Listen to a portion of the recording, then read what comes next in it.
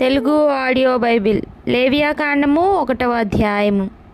యెహోవా మోషేను పిలిచి ప్రత్యక్షపు గుడారములో నుండి అతనికి ఇలాగు సెలవిచ్చెను, నీవు ఇశ్రాయేలీయులతో ఇట్లనుము, మీలో ఎవరైనాను యెహోవాకు బలి అర్పించునప్పుడు గోవుల మందలో నుండి కానీ, గొర్రెల మందలో నుండి కానీ, మేకల మందలో నుండి కానీ దాన్ని తీసుకొని రావలెను. అతడు దహన బలి రూపముగా అర్పించున్నది గోవులలోనిదైన ఎడల నిర్దోషమైన మగదానిని తీసుకొని రావలెను. తాను యెహోవా సన్నిధిని అంగీకరింపబడినట్లు ప్రత్యక్షపు గుడారము యొక్క ద్వారమునకు దాన్ని తీసుకొని రావలెను. అతడు దహన బలిగా అర్పించు పశువు తల మీద తన చెయ్యనుంచవలెను. అతని నిమిత్తము ప్రాయశ్చిత్తము కలుగునట్లు అది అతని పక్షముగా అంగీకరింపబడును. అతడు యెహోవా సన్నిధిని ఆ కోడెదూడను వధించిన తరువాత యాజకులైన అహరోను కుమారులు దాని రక్తమును తెచ్చి ప్రత్యక్షపు గుడారం ఎదుటనున్న బలిపీఠము చుట్టూ ఆ రక్తమును ప్రోక్షింపవలెను.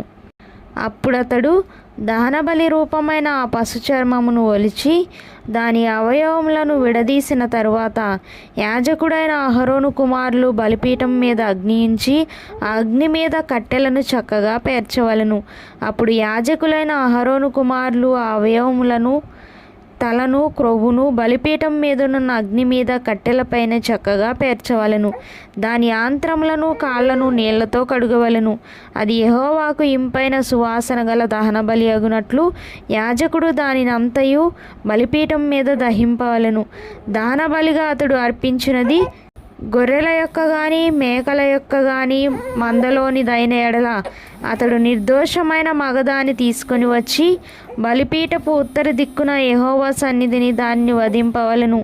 యాజకులకు అహరోను కుమారులు బలిపీఠము చుట్టూ దాని రక్తమును ప్రోక్షింపవలెను.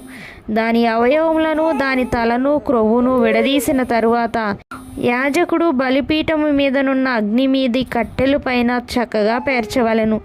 దాని ఆంత్రములను, కాళ్లను నీటితో కడుగవలెను. అప్పుడు యాజకుడు దానినంతయు తెచ్చి బలిపీఠం మీద దాన్ని దహింపవలెను.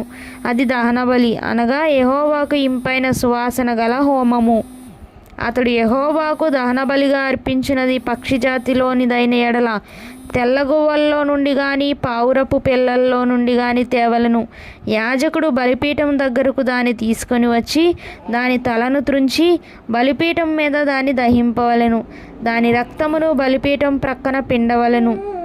మరియు దాని మలముతో దాని పొట్టను ఊడదీసి బలిపీఠపు తూర్పు దిక్కున బూడిదను వేయి చోట దాన్ని పారవేయవలెను.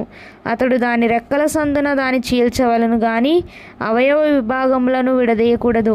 యాజకుడు బలిపీఠం మీద, అనగా అగ్ని మీద కట్టెల పైన దాన్ని దహింపవలెను. అది దహన బలి, అనగా యెహోవాకు ఇంపైన సువాసన గల హోమము.